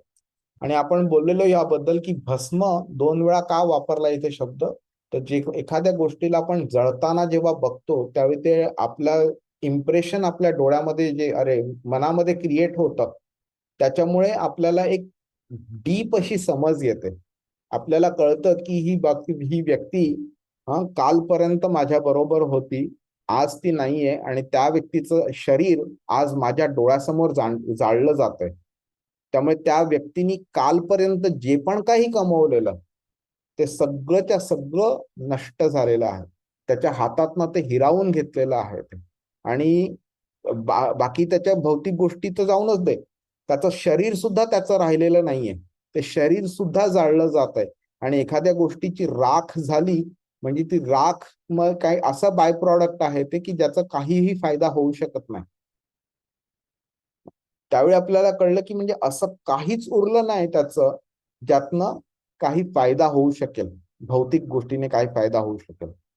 त्यावेळी आपल्याला रियालिटी जी आहे ती त्याचं जास्ती डीपर अंडरस्टँडिंग येतं. नंतर ह्या श्लोकामध्ये कृष्ण सांगतोय हे असं जे ज्ञान आहे इतकं पवित्र आहे की ते कोणत्याही गोष्टीच्या कॉन्टॅक्ट मध्ये आलं तर त्या गोष्टीला सुद्धा ते पवित्र करतो तो. आणि बऱ्याच प्रकारच्या सिद्धी असतात, अष्टसिद्धी म्हणतात. तर अनिमा, लघिमा वगैरे, महिमा वगैरे. तर ह्या सगळ्या ज्या सिद्धींचं जे फळ आहे ते सुद्धा एक इंटरमिजिएट लेवल फळ आहे. पण कृष्ण इथे बोलतो की ह्या बाकी सगळ्या सिद्धींचं जे मॅच्युअर्ड, ट्रान्सेंडेंटल, दिव्य असं जे फळ आहे ते म्हणजे हे ज्ञान आहे. आणि ती व्यक्ती जी ह्या मार्गावरती चालते त्याला बाकी मग कसल्या गोष्टीची इच्छा राहत नाही, त्याला कसली गोष्ट काही ऑब्टेन करायची इच्छाही राहत नाही त्याला. आणि तो संसिद्ध म्हणजे सगळे त्याची पाप वगैरे सगळी त्याचा नाश झालेला असतो. श्रद्धा ह्या शब्दाबद्दल आपण बरंच डिस्कशन केलेलं. आणि श्रद्धा असणं आवश्यक आहे जेव्हा ह्या मार्गावरती आपण चालतो. आणि आपण डॉक्टरचं उदाहरण घेतलेलं की जेव्हा आपल्याला कळतं की आपल्याला कोणतं आजार आहे त्यावेळी आपण डॉक्टरकडे जातो का तर आपली त्याच्यावरती श्रद्धा असते. मग डॉक्टर आपल्याला औषध देतो आणि औषध घ्यायला सांगतो, आपण औषध घेतो का तर आपली त्या डॉक्टरवरती आणि औषधावरती पण श्रद्धा आहे. तर श्रद्धा मॅन्डेटरी आहे.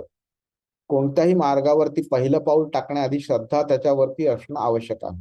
तर कृष्ण बोलतो की हीच श्रद्धा ठेवून तू त्या ज्ञान मिळवण्याच्या मार्गावरती चाल तू. आणि हे तू करू शकशील जेव्हा तू इंद्रियांवरती संयम आणू शकशील, थोडाफार का होईना. पण चालणं सुरुवात करण्याकरता जेवढा संयम आवश्यक आहे कमीत कमी तेवढा संयम असल्यावरती आपण ह्या मार्गावरती चालायला चालू केलं पाहिजे. आणि असं जेव्हा ज्ञान आपल्याला मिळतं त्यावेळी काय होतं, पराम शांती अचिरेणाधी गच्छती. परम शांती जी आहे म्हणजे अशी कोणतीही शांती सगळ्या ज्या शांती आहेत सगळ्या प्रकारच्या त्यातली सगळ्यात जी चांगली शांती आहे ती आपल्याला अचिरेणाधी गच्छती, आपल्याला लवकरच प्राप्त होते. अज्ञशा श्रद्धानशा ह्या श्लोकांमध्ये कृष्ण 3 प्रकारच्या लोकांबद्दल बोलतो. अज्ञ, अश्रद्ध आणि ज्याला संशय आहे. म्हणजे ज्या व्यक्तीला ज्ञान नाहीये, ज्या व्यक्तीला श्रद्धा नाहीये आणि ज्या व्यक्तीला कंटिन्युअसली संशय असतो प्रत्येक गोष्टीवर. आणि त्याच्यामध्ये कृष्ण सांगतो की जी व्यक्ती कंटिन्युअसली संशय ठेवते त्याला नायम लोकस्ती न परो, ह्या लोकावरती नाही आणि कोणत्या दुसऱ्या लोकावरती पण नाही, न सुखम, त्याला कधीही सुखाची प्राप्ती होऊ शकत नाही. आता शेवटचे 2 श्लोक उरलेले आहेत आणि मी मागे तुम्हाला सांगितलेलं की हा श्लोक आणि ह्याचा पुढचा श्लोक ह्याचं हा 5व्या अध्यायामध्ये अर्जुन जो प्रश्न विचारतो त्याच्याकरता तो फाउंडेशन बनतो. योग संन्यस्त कर्माणम ज्ञान संचिन्न संशयम. कृष्ण बोलतोय की संन्यस्त मानसिक वृत्ती ठेवून कर्मफलांचा संन्यास कर आणि अशा प्रकारे योग कर ज्याच्यामुळे ज्ञान संचिन्न संशय, ज्याच्यामुळे तुला जे ज्ञान मिळेल त्यातनं तू संशय जे आहेत ज्या मनामध्ये त्याचा तू संचिन्न करू शकशील, म्हणजे छोटे छोटे तुकडे करून त्यांचा नाश करू शकशील. तर कृष्ण अर्जुनाच्या मनात संशय कसले होते, त्याला वाटत होतं की मी ह्या लोकांना सगळ्यांना मारलं तर मला पाप लागेल, मला आनंद कुठनं मिळणार, मला त्यांना मारल्यावरती आणि सगळ्यांचा नाश होणार आहे, म्हणजे कुलाचा नाश होणार आहे वगैरे वगैरे. तर अर्जुनाचे हे जे संशय होते कृष्ण बोलते की तुला जे हा मार्गावरती तू जर चालतोयस निष्काम कर्माच्या, कर्मबंधनात अडकणारच नाही. हे ज्ञान तुला मिळाल्यावरती तू अशा मेंटॅलिटीने काम कर की तुला त्यातनं कर्मबंधनात तू अडकणारच नाही. आणि अशा ज्ञानाद्वारे तू तुझ्या जे संशय आलेले त्यांचं संचिन्न करून टाक. निबध्नन्ति म्हणजे तू बंधनात अडकणार नाही. तस्माद ज्ञान संभूतम हृत्स्थम ज्ञानासीनात्मनः.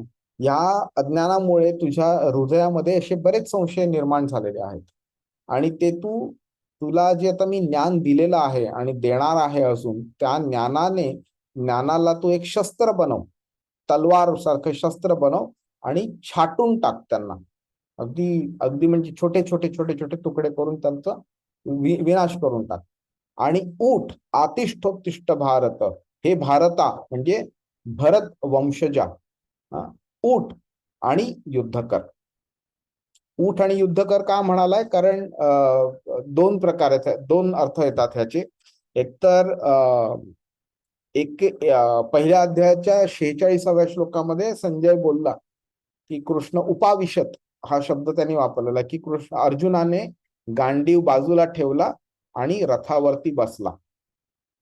आणि नंतर 9व्या श्लोकामध्ये दुसऱ्या की न योत्सेति गोविंदम, मला युद्ध करायचं नाही जोपर्यंत मला माझ्या या प्रश्नांची उत्तरं मिळत नाहीत, माझ्या पूर्ण सॅटिस्फॅक्शन होईपर्यंत, तोपर्यंत मी युद्ध करणार नाही. तर इथे कृष्ण दोन्ही यांना उत्तर देतोय की तुला ज्ञान पण मिळेल आणि तुला युद्ध पण करायची इच्छा होईल, म्हणून आता तू उठ आणि युद्ध कर. हरे कृष्ण. हा झाला चौथ्या अध्यायाचा. म्हणजे आपण चौथा अध्याय शिकण्याकरता कमीत कमी आपण 21 तरी क्लास घेतले असतील. तर 20-25 तासांमध्ये आपण जे काही बोललो ते एक अर्ध्या पाऊण तासामध्ये समराईज करण्याचा एक प्रयत्न केलेला आहे. काही प्रश्न असेल तरी मला विचारा. हरे कृष्ण. माझे जरा प्रश्न आहेत प्रभू, मी फटाफट विचारते. माझा पहिला प्रश्न असा होता की आपण बघतो ना की देवाचे स्पिरिच्युअल बॉडी सेम राहतात. So how do we understand or how do we categorize the change in Lord's body, at least the way we visualize it from babyhood to youthhood? तर ते काय आहे? हा, तर ते तेवढं काही मोठी गोष्ट नाहीये माताजी. कारण कृष्ण संपूर्ण ती जी भौतिक प्रकृती जी आहे ती त्याच्या अधीन आहे. ती संपूर्ण ती त्याच्या इच्छेनुसारच चालत राहते. ती तर कृष्णाला जेव्हा वाटतं की आता मला माझी मोठी बॉडी दाखवायची आहे तुम्हाला, तर तो मोठी बॉडी दाखवतो. कृष्णाला वाटतं माझी आता छोटी बॉडी छोटी करायची आणि छोटी दाखवायची आहे तुम्हाला, तर तो छोटी दाखवतो. ते काही एवढं मोठं नाहीये ते. आपल्याला ते असं वाटतं की ते कृष्ण छोट्यावरनं मोठा झाला आणि अजून मोठा झाला वगैरे, त्याला दाढी लागली, आधी दाढी नव्हती वगैरे. तर ते आपल्याकरता असं मोठं वाटतं कारण it's a gradual change for us. कृष्णाकरता it is not even a fraction of a moment. Okay, मग त्याला असं काही टेक्निकल नाव वगैरे नाही जसं बाकी अवतारांना, ते just a natural change. Natural पण नाहीये. नॅचरल म्हणजे कसं की नेचरमुळे घडवून आणलेलं त्याला नॅचरल म्हणतो आपण. पण इथे नेचर नाही घडवून आणू शकत. नेचरचा कृष्णाच्या बॉडीवरती काही कंट्रोलच नाहीये. It is a control which Krishna has by himself. कृष्णाला वाटलं की बाबा हा आज ओव्हरनाईट मी आता माझी बॉडी मोठी करणार, केली मोठी. आता त्यांनी विश्वरूप जेव्हा दाखवलं तर तो तेच झालं ना की एका क्षणामध्ये आधी तो 2 हातांचा कृष्ण दिसत होता, दुसऱ्या क्षणाला तो विश्वरूप दिसायला लागला. दुर्योधनापुढे जे हे आलं ते पण एका क्षणामध्ये झालेलं. नंतर विश्वरूपापासून नंतर त्यांनी चतुर्भुज विष्णूचं रूप दाखवलं, ते पण एका क्षणातच केलं त्यांनी. तर जी व्यक्ती एवढं सगळं करू शकते त्याला लहान बाळकृष्णापासून नवयौवनातला कृष्ण आणि नवयौवनातल्या कृष्णापासून गृहस्थाश्रमी कृष्ण, हे काही त्याच्याकरता असं म्हणजे काय मोठी गोष्ट नाहीये. ओके प्रभूजी. आणि आता आपण बघतो ना डेमिगॉडची पूजा वगैरे, तर काही रिच्युअल्स असे असतात की आपण काही मागण्यासाठी नाही करत, पण ते करावे लागतात, जसं की लग्न, मुंज आणि गृहप्रवेश. मला हे विचारायचं आहे की असे प्रत्येक जे रिच्युअल आहे ते आपल्याला ऍज अ संस्कार म्हणून करावेच लागतात, त्याच्यासाठी करस्पॉन्डिंग पूजा आहे का इस्कॉन मध्ये? आपण इस्कॉन मध्ये पण करतो लग्न, इस्कॉन मध्ये पण लोकांचं घेतं. गृहप्रवेश आपण करतो, तिकडे संस्कार करतो, जन्माचे संस्कार, मृत्यूचे संस्कार, जानवं घालण्याचे संस्कार, अन्नप्राशन संस्कार वगैरे बरेच संस्कार, 9 संस्कार सगळे केले जातात. इकडे कृष्ण हे नाही बोलत आहे की तुम्ही तुमच्या ऍक्टिव्हिटीज चेंज करा म्हणून. कृष्ण मेंटॅलिटी चेंज करायला सांगतो आपण. हा सगळ्यात मोठा इम्पॉर्टंट पॉइंट आहे आणि हा आपण आपल्याला स्वतःला कॉन्स्टंटली आपण सांगितलं पाहिजे की माझी मानसिक वृत्ती काय आहे, मी हे स्वार्थाकरता करतोय का मी कृष्णाकरता करतोय.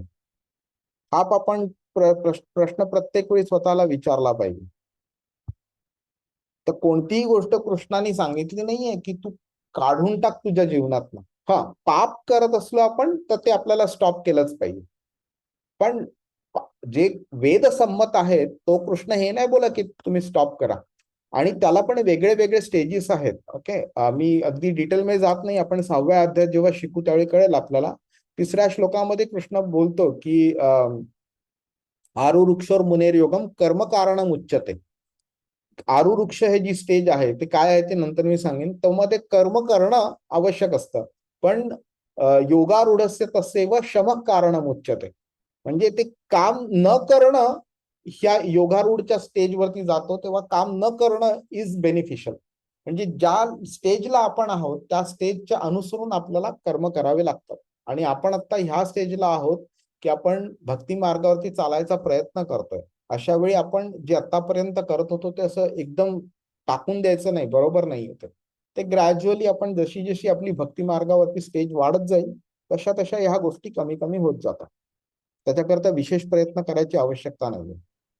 म्हणजे मी प्रभूजी हा प्रश्न का विचारत होते की मला माझ्या मुलाची मुंज करायची आहे. सो मी विचार करत होते ऑफकोर्स की तिथे तिथे असणारच ना असं. 100% तुम्ही केलीच पाहिजे, मुंज केलीच पाहिजे, कराच करा.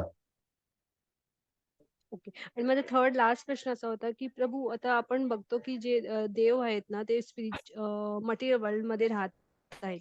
सो आणि हे आधीपासून सोसायटीमध्ये असं ऐकलेलं आहे की आपण वरती जन्म घेतो हे खूप भाग्याचं आहे कारण इथे आपल्याला कर्म करायला मिळतात आणि तिकडे आपल्याला कर्म करायला मिळत नाही. So we are at better position. आणि हे पण ऐकलेलं आहे की देव नेहमी डेमिगॉड्स नेहमी प्रे करत असतात की आपण एका भक्ताच्या घरी घेऊ जन्म घेऊ आणि मग आपला उद्धार होईल. So I want to know what is the spiritual path for them. म्हणजे त्यांना म्हणजे त्यांचं कसं ते कसे अबोव जाणार स्पिरिच्युअल वर्ल्ड मध्ये जर ते कर्म नाही करू शकत तर. हरे कृष्ण. त्यांना पण भक्ती मार्ग हाच मार्ग आहे त्यांना. In fact they are already very very high level and superior bhaktas compared to any one of us. आपण तर ह्या मार्गावरती चालण्याकरता फक्त पहिलं पाऊल पुढे उचललं असेल, पण ते भरपूर भरपूर मैल आणि योजना पुढे आहेत. अतिशय टॉप क्वालिटीचे भक्त आहेत. काय होतं की कोणती व्यक्ती अतिशय भक्ती मार्गावरती अतिशय पुढे गेली ना आणि तरी सुद्धा त्याच्या मनामध्ये कुठेतरी एक कॉर्नर मध्ये त्याला एक एन्जॉयमेंट करण्याची एक इच्छा राहते त्याला, की बाबा मला पॉवर हवी आहे किंवा मला खूप इन्फ्लुएन्स करायचा लोकांवरती किंवा मला हे हवंय ते हवंय वगैरे. तर त्यांनी भक्ती मार्गावरती 50, 100, 50, 90, 95% मार्ग गेलेला आहे तो पुढे. पण तरी सुद्धा कुठेतरी मनाच्या एका कोपऱ्यात ते काही वासना राहून जातात. मग कृष्ण काय करतो अशा वेळेला की त्याला वासना पूर्ण करायला मिळेल अशी ऑपॉर्च्युनिटी देतो आणि त्याला त्याची भक्ती कंटिन्यू करायला मिळेल अशी सुद्धा ऑपॉर्च्युनिटी देतो. आणि मग काही लोकांना मग काय होतं की मग देवी देवतांचा जन्म मिळतो. या देवी देवतांचे हे या सगळ्या पोझिशन्स आहेत. ओके, एक काही ठराविक लोक सोडली ना, लाईक गणपती किंवा महादेव किंवा दुर्गा माता वगैरे, हे जर सोडले तर त्या खऱ्या व्यक्ती आहेत आणि त्याच पोझिशन्स पण झाल्या. पण बाकीचे जे आहेत ना ते पोझिशन्स आहेत. लाईक यमराज, ही एक पोझिशन झाली की यमराज जेव्हा नव्हते त्यावेळी अर्यमा नावाची व्यक्ती त्या ह्याच्यावरती त्या पोझिशनवरती होती. तर इंद्र ही पोझिशन झाली. तर आता जो इंद्र आहे आणि पुढे कोणता इंद्र होणार आहे ते पण शास्त्रामध्ये लिहून ठेवले. तर मग काय होतं की त्यांना ती पोझिशन मिळते, ते तिकडे इंद्र बनला, तो व्यक्ती इंद्र बनेल, तो त्याला त्याची जी वासना आहे ती पूर्ण करायला मिळेल आणि तिकडे तो भक्ती पण करत राहील आणि दोन्ही त्याचे फायदा होतील आणि तो त्यांचा मार्ग पुढे जाईल. असं होतं. हे आपण 6व्या अध्यायामध्ये शिकू, आपण संक्षिप्त रूपामध्ये पण शिकू थोडस. Okay Prabhuji, thank you so much. Thank you so हरे मच. हरे कृष्णा. कृष्ण. आपल्याला आता स्टॉप करावं लागेल इथे. आणखी तुमचा कोणता काही प्रश्न असेल तर आपण पुढच्या आठवड्यात घेऊया आपण. हरे कृष्णा. फक्त मला जरा संक्षिप्त रूपात प्रत्येक जण सांगेल का? अभिनील प्रभू, तुम्ही काय विचार करताय, कसा हा 4था अध्याय तुम्ही आपल्या जीवनात, तुमच्या जीवनामध्ये तुम्ही अप्लाय कराल? प्रभूजी, आय थिंक महत्वाचं म्हणजे मी याच्यात शिकलो ते ऑफकोर्स म्हणजे ज्ञान हे महत्वाचं आहे, पण ते ज्ञान कसं मिळवावं आणि त्याच्यासाठी आपल्याला एका गुरुची गरज असणार. आय थिंक हे एक महत्वाचं होतं की लाईक हा ठीक आहे, मी इंटरनेटवरून बघून शिकेन किंवा एका गुरुकडून शिकेन, त्याच्यामध्ये किती फरक असतो. आणि म्हणजे जसं आपण पुढे पण आपण बघितलं की भगवंतांनी पुढच्या अध्यायामध्ये सांगितलेलं आहे की गुरु म्हणजेच मी आहे असं. तर मग गुरुची एक एक एक एक महत्व असतं, त्या गुरुचे महत्व याच्यामधून डेफिनेटली शिकायला मिळालं या अध्यायामध्ये. छान छान. मनाली माताजी. हरे कृष्णा. जे प्रभूजींनी सांगितलं त्याच्यामध्ये ऍड केलं तर मला हे आवडलं की प्रत्येक छोटी गोष्ट आपण ज्या आयुष्यात करतो ते देवासाठी आपण कसं करायची ह्याचा विचार करणे. सेकंड गोष्ट की आपल्यात म्हणजे माझ्यावरती कॉन्फिडन्स कमी आहे. सो मला असं वाटतं की या भक्तीच्या टच मध्ये राहिलं तर त्याची श्रद्धा आपली वाढत जाणार आहे. म्हणजे ज्ञानाच्या आय मीन या डिवाइन नॉलेजच्या पोटेन्सीने ती गोष्ट मला सगळ्यात छान आवडली. सो मी नेहमीच प्रयत्न करते काही असो की याच्या टच मध्ये राहायचंय. आणि थर्ड म्हणजे जे तुम्ही सांगितलं डाऊटचं, ते डाऊट आपल्याला म्हणजे आपली बुद्धी जशी असते, म्हणजे मी माझ्याबद्दल बोलते, तर खूप डाऊट येत असतात. What I liked about it की आपण फक्त लिहून ठेवायचं, जेव्हा पाहिजे तेव्हा देव त्याला सॉल्व्ह करणार, पण पुढे जायचं आपण सोडायचं नाही. हरे कृष्ण. डाऊट्स असले आणि तुम्ही विचारायचं पण कोणत्या डिवोटीला वगैरे, तुम्हाला त्याची उत्तरं वगैरे पण छान मिळतील तुम्हाला. पण त्या डाऊट्स असला म्हणजे हा मार्ग जो कृष्णाने सांगितलेला आहे हा वर्कआउट होईल की नाही हा डाऊट नका ठेवू. बाकी सगळे प्रश्न आहेत तर कधी ना कधी कृष्ण त्याची उत्तरं देईल तुम्हाला. रोहिणी माताजी, तुम्हाला काय वाटलं, कसं वाटला हे चॅप्टर? तुम्ही काय कराल, कसं अप्लाय कराल? हरे कृष्णा प्रभूजी. Hare Krishna. Importance of guru in your life खूप महत्वाचं आहे. आय एम ग्लॅड की मी आणि Vishal we could found you in this life. ज्यांच्यामुळे तुमच्यामुळे जे the pathway to the Krishna we could follow. आणि जितकं पण आम्ही आतापर्यंत जे शिकत आहोत 4थ्या अध्यायापर्यंत तरी ऍटलिस्ट जे ज्ञान जे मिळत आहे ह्या श्लोकांच्या जे काही तुम्ही जे ट्रान्सलेशन वगैरे करून सांगता ते आय मीन हे एक गुरुच आहे जे एक्सप्लेन करू शकतात, जे वर्डिंग्स आणि जे काही डिफिकल्टीज प्रोनाउन्सिएशन जे काही आहेत तर मला वाटतं की importance of guru is beyond explanation. It's just not the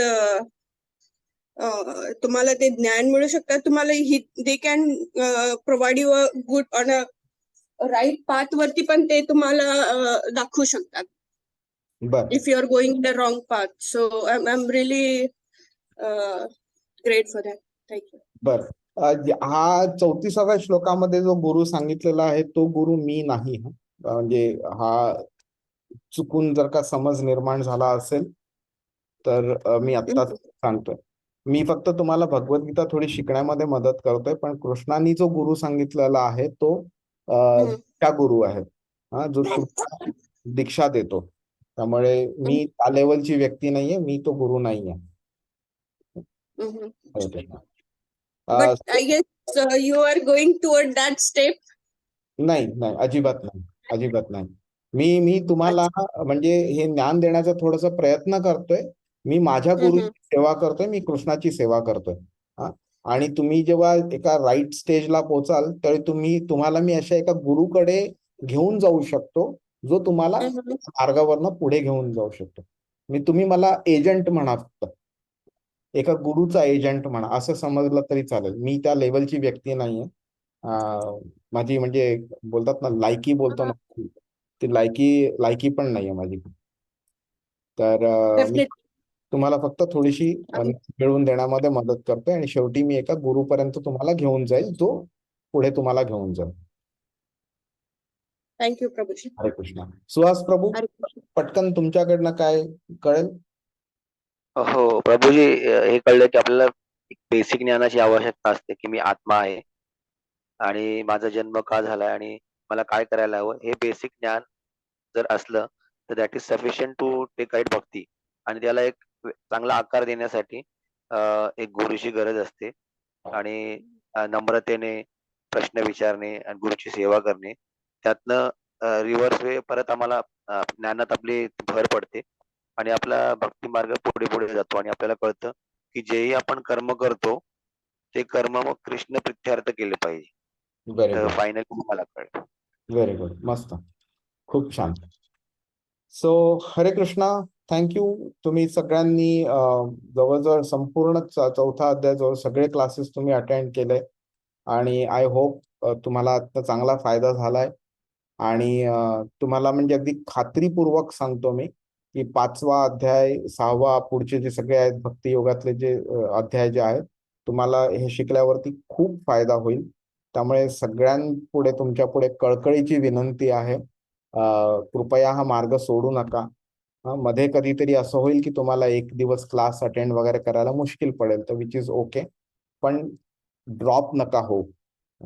हे ज्ञान आता असं आहे की तुम्हाला त्या ज्ञानाचं महत्व कळलंय, पण ते ज्ञान काय आहे ते अजून कळलेलं नाही. कृष्णाने ते नाही सांगितलेलं. तर ते शिकू आपण ग्रॅज्युअली आणि त्याचा तुम्हाला कॉन्फिडेंटली, मी अगदी गॅरंटीडली सांगतो, तुम्हाला खूप फायदा होईल तुमचा त्याच्यामध्ये. हरे कृष्ण. Hare Krishna,